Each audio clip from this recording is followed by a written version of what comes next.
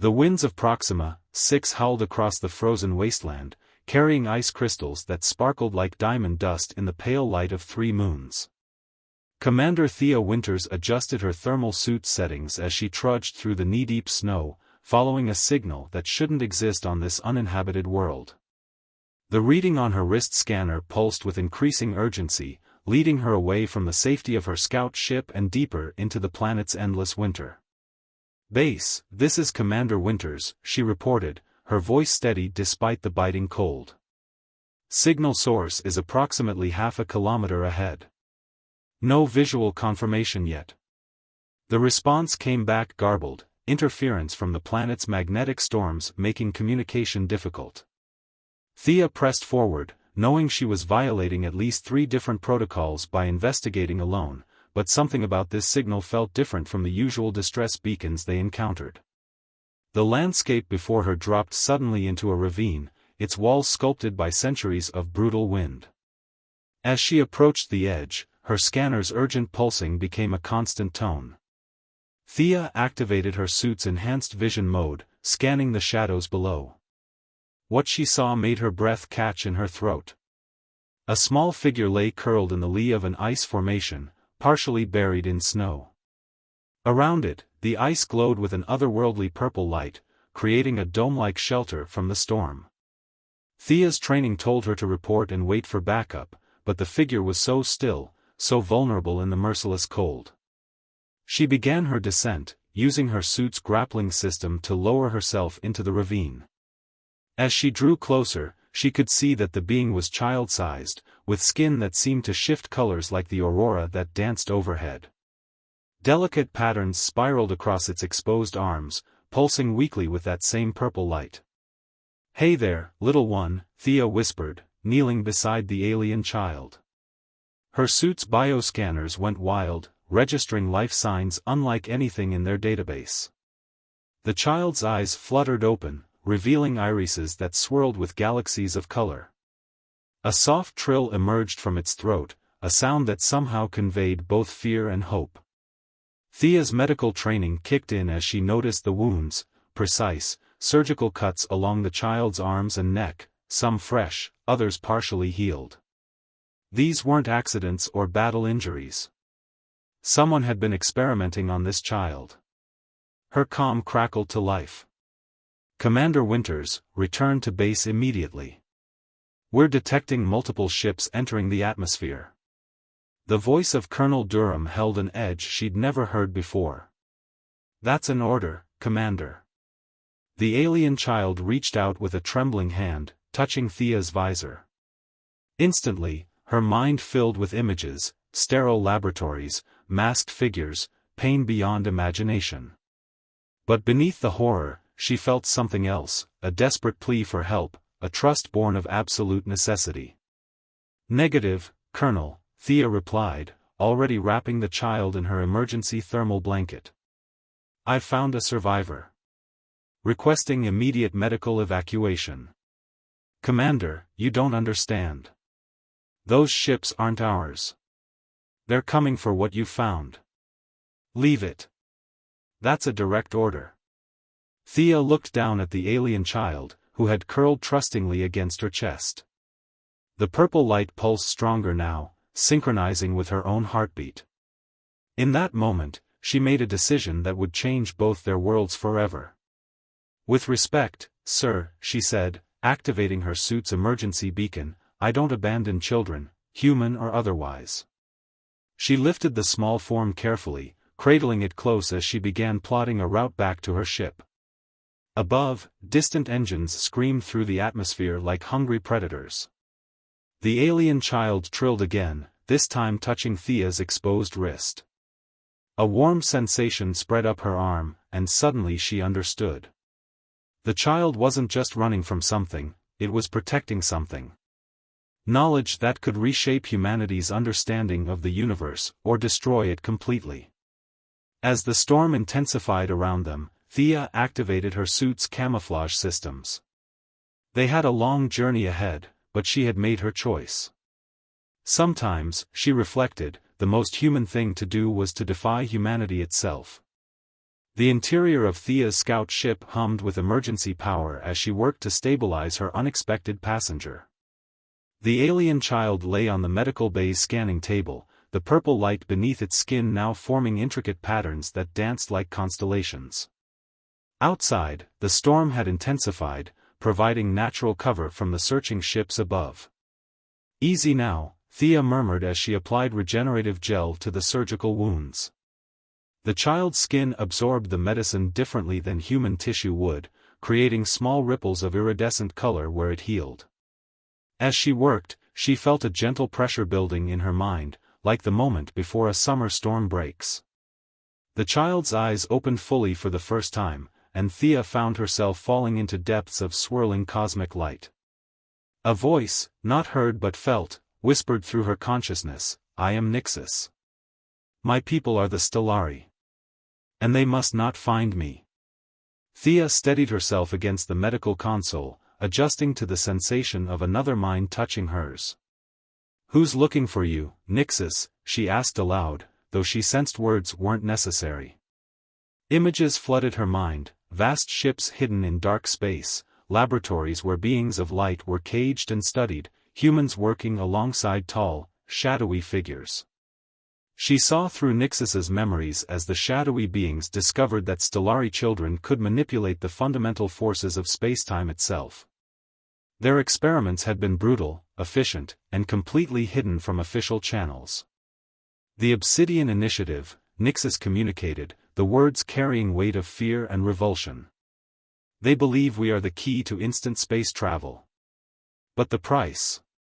The child's form shimmered with distress, the purple light flickering erratically. A sharp alarm cut through the moment.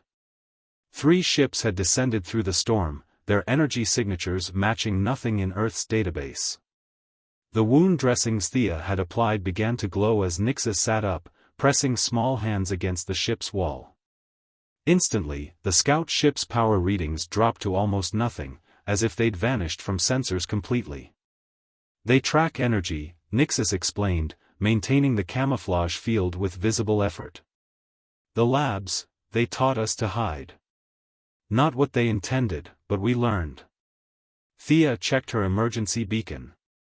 The signal that should have brought help from her base was silent. "Those aren't just private research ships up there, are they?" she asked, though she already knew the answer.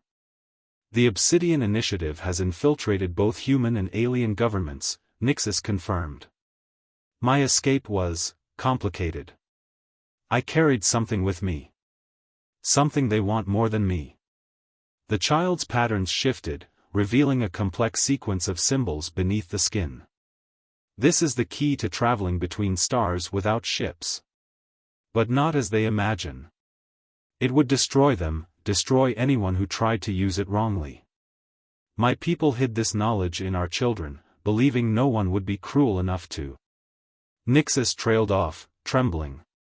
Thea's tactical training kicked in as she processed the implications. This wasn't just about saving one child anymore, this was about preventing technology that could revolutionize space travel from falling into the hands of people who would abuse it, regardless of the cost. A new alarm sounded, movement outside the ship. They'd been found. Thea quickly dimmed all internal lights, though she knew that wouldn't be enough. "Can you maintain that energy cloak while we move?" Nixus nodded, but the gesture was strained. "For a time. But they have ways of detecting my people. Ways that hurt." Thea began quickly gathering essential supplies into a pack. "Then we don't let them get close enough to use them. I know these ice caves better than they do. We just need to reach the thermal vents in the eastern ridge. The magnetic interference there will buy us time to contact someone I trust." "Trust," Nixus echoed, the word carrying complex layers of meaning in Thea's mind. "Like the trust you showed by helping me?" "Humans are confusing. Some hurt, some heal. How do you know which you will be?" As Thea helped Nixus into an insulated survival suit modified to fit their small frame, she considered the question. "We choose," she said finally. "Every moment, with every action, we choose who we are. Right now, I'm choosing to believe that protecting you is more important than following orders. The sound of scanning equipment grew closer outside. Nixus's glow synchronized with Thea's heartbeat once more as the child reached for her hand. Then I choose to trust you, Thea Winters. But you should know, the knowledge I carry, it's not just about traveling between stars. It's about building bridges between souls. What my people call the Great Symphony. Thea secured her helmet, checking Nixus's suit seals one final time. Well then, she said, managing a smile despite the gravity of their situation, let's make sure that symphony gets heard by the right audience. As they prepared to step back into the storm, Thea couldn't help but wonder how many other choices lay ahead of them, and how many other lives might depend on them choosing correctly. The purple light of Nixus's power enveloped them both as they moved toward the ship's exit, two beings from different worlds united by a simple choice to protect what mattered most. The thermal vents of Proxima 6 rose before them like ancient towers, steam piercing the eternal winter in violent plumes. Thea and Nixus huddled in a narrow ice cave, watching searchlights cut through the storm outside. They'd been moving for hours, staying just ahead of their pursuers, but Thea could see Nixus's strength wavering. Director Rhine will be displeased, a voice carried on the wind, unnaturally clear despite the storm. The asset must be recovered intact. Thea felt Nixus tense beside her, the child's purple glow dimming to almost nothing. Through their growing mental connection, she caught flashes of a stern-faced woman in a white coat, her eyes cold as she observed experiments that no child should endure. They're using sonic amplifiers, Nixus whispered, both in Thea's mind and aloud. The sound, it disrupts our ability to cloak. As if to demonstrate, the child's camouflage flickered, their natural bioluminescence fighting to shine through. Thea quickly pulled them deeper into the cave system, away from the searching lights. Her tactical display showed a maze of tunnels ahead, carved by centuries of thermal activity. Can you tell me about Director Rhine? She asked, partly to distract Nixus from their fear, partly because she needed to understand their enemy. Images and emotions flowed between them, a massive underground facility hidden beneath an asteroid's surface, dozens of Stellari children in containment chambers, and Director Rhine presiding over it all. She believes she's helping humanity, Nixus explained. The Obsidian Initiative convinced Earth's leadership that they needed weapons against other alien species. But they lied. They want the symphony for themselves. A distant boom echoed through the caves, the search teams were using thermal charges to map the tunnel system. Thea checked her dwindling supply of emergency rations. And what exactly is this symphony? You mentioned building bridges between souls. Nixus placed a small hand against the ice wall, and suddenly the cave filled with ghostly light. Projected around them, Thea saw streams of energy connecting stars, planets, and living beings in an intricate web. All life resonates at certain frequencies, Nixus explained. The symphony is the harmony of all things.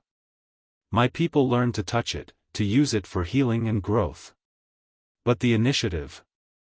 The image shifted, showing dark ships tearing holes in the fabric of space itself.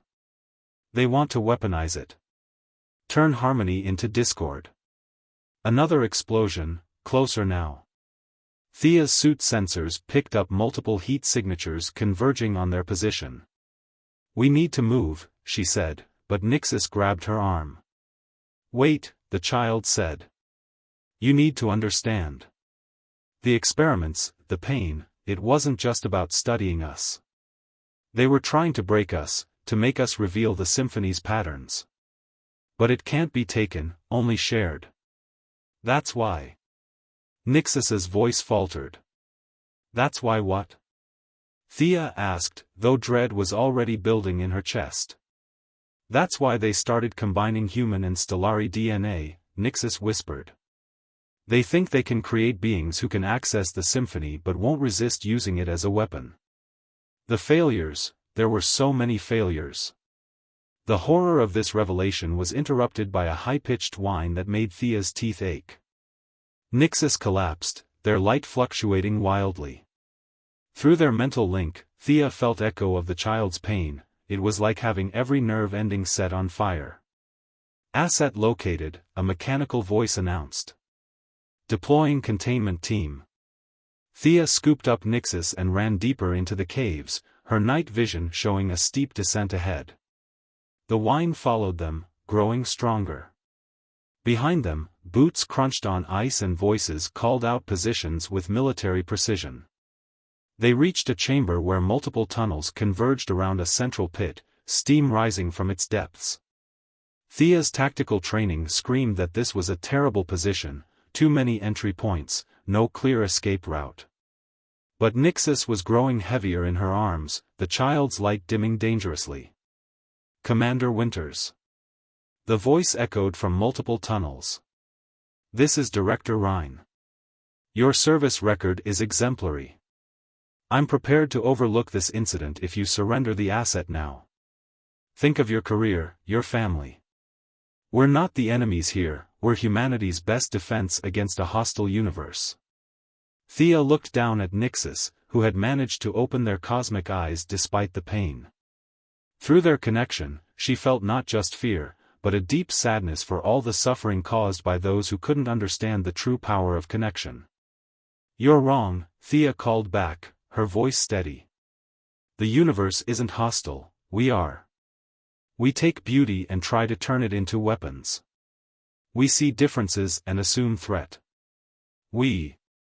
Her words were cut off as figures emerged from every tunnel, wearing sleek black armor adorned with obsidian crystals. Director Ryan stepped forward, her white coat immaculate despite the harsh environment. Such noble sentiments, Commander. But sentiment won't protect Earth from what's coming. The symphony will.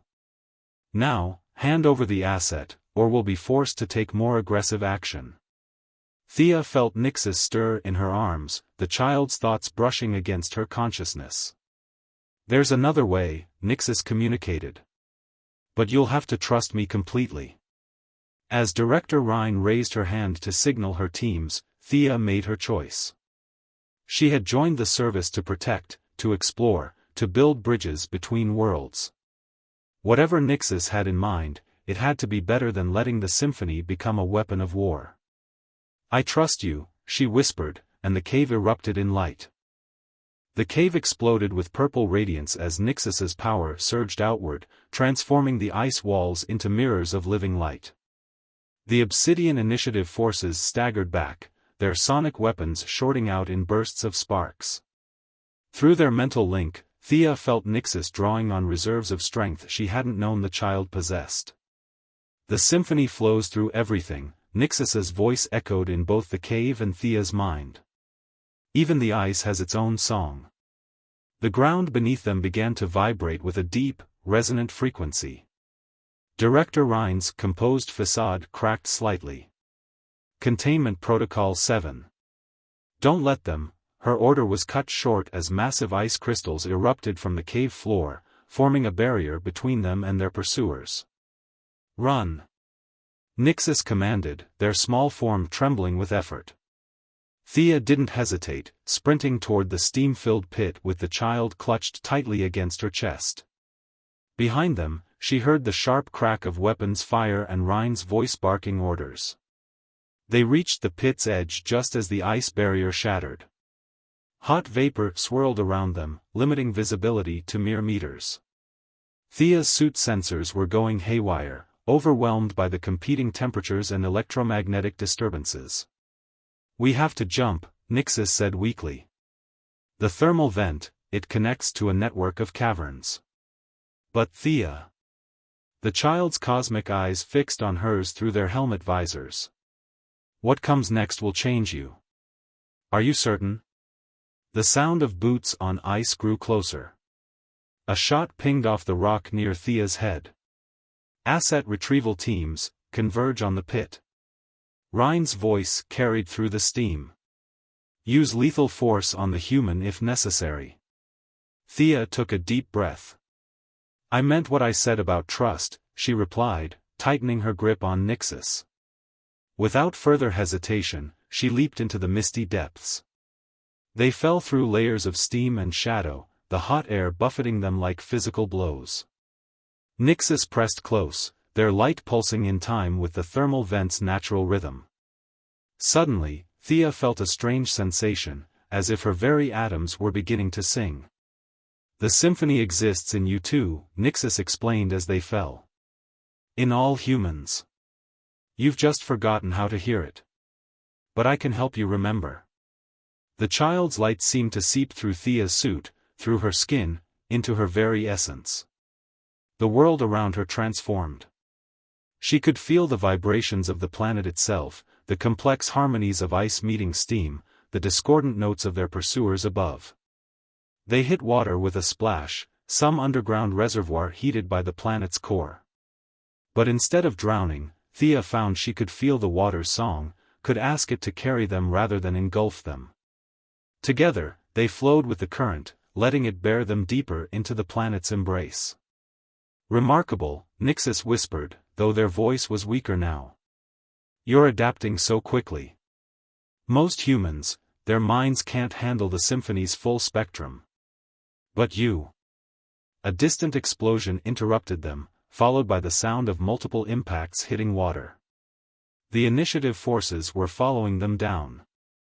But now Thea could sense them in a new way. Their life signatures were harsh notes in the planet's melody, driven by fear and determination. "Director Rhine," Nixus explained, picking up on Thea's thoughts. "She's, like you. She can hear fragments of the symphony. That's why she's so dangerous. She understands just enough to know what's possible, but not enough to understand why we protect it." They emerged into a vast underground chamber where luminescent fungi painted the walls in soft blues and greens. Thea helped Nixus onto a rocky shore, noticing how the child's light had dimmed significantly. The price of sharing their power was becoming apparent. "They're coming," Thea said, both hearing and feeling the approach of their pursuers through the water. "And I don't think we can outrun them anymore." Nixus nodded slowly. "No more running," they agreed. "It's time to show them why the symphony can't be controlled, only understood." The child stood, though they swayed slightly. "But I'll need your help. The sharing of power, it's created a connection between us. One that Director Rhine never achieved in all her experiments." The first of the initiative forces emerged from the water, their black armor glistening. Director Rhine followed, her white coat somehow still pristine, her eyes locked onto Nixus with an unsettling intensity. "Fascinating," Rhine said, studying them both. "You've begun the resonance bonding. Tell me, Commander Winters, how does it feel to touch the symphony? To know that humanity could wield such power?" She took a step forward, her movement carefully measured. "Join us. Help us understand it.